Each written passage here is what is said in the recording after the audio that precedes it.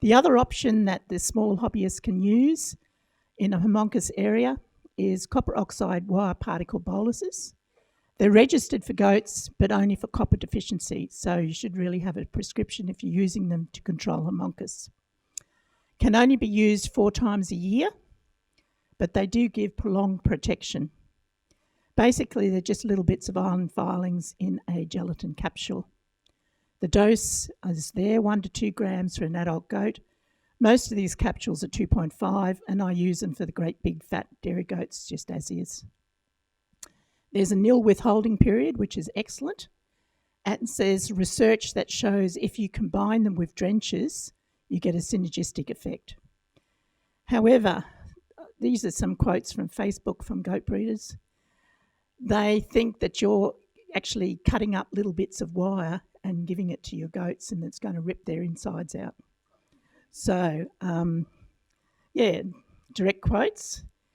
But they're quite happy to feed copper oxide, copper sulfate. Okay, there's a very famous book where they're recommending using straight copper sulfate, and it kills a lot of goats. So if you've got clients that have black goats, they tend to think that there's a lot of copper needs for black goats. They can't distinguish between the red coat that you see on some of these black animals that are bleached by the sun, and the signs of copper deficiency, which of course are ill thrift and the coat falling out. With goats, they're perfectly normal until their liver reaches saturation point, releases all the copper into the bloodstream, which destroys the red blood cells.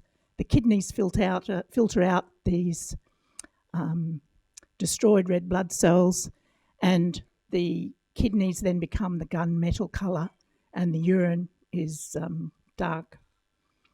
And even though I warn people about the dangers of copper sulfate, you'll see that one post on Facebook there's got 21,000 views. It was about copper sulfate, but the majority of those was arguing with me that copper sulfate was not dangerous and could easily be fed and was needed by black goats. The other myth that's common is that if you've got a case of barber's pole worm and you've got bottle jaw, then you should give half a dose now and half a dose in a couple of days, because if you kill all the barber's pole worms, it's like pulling out a plug and the goat will bleed to death. Okay, that's a very common myth.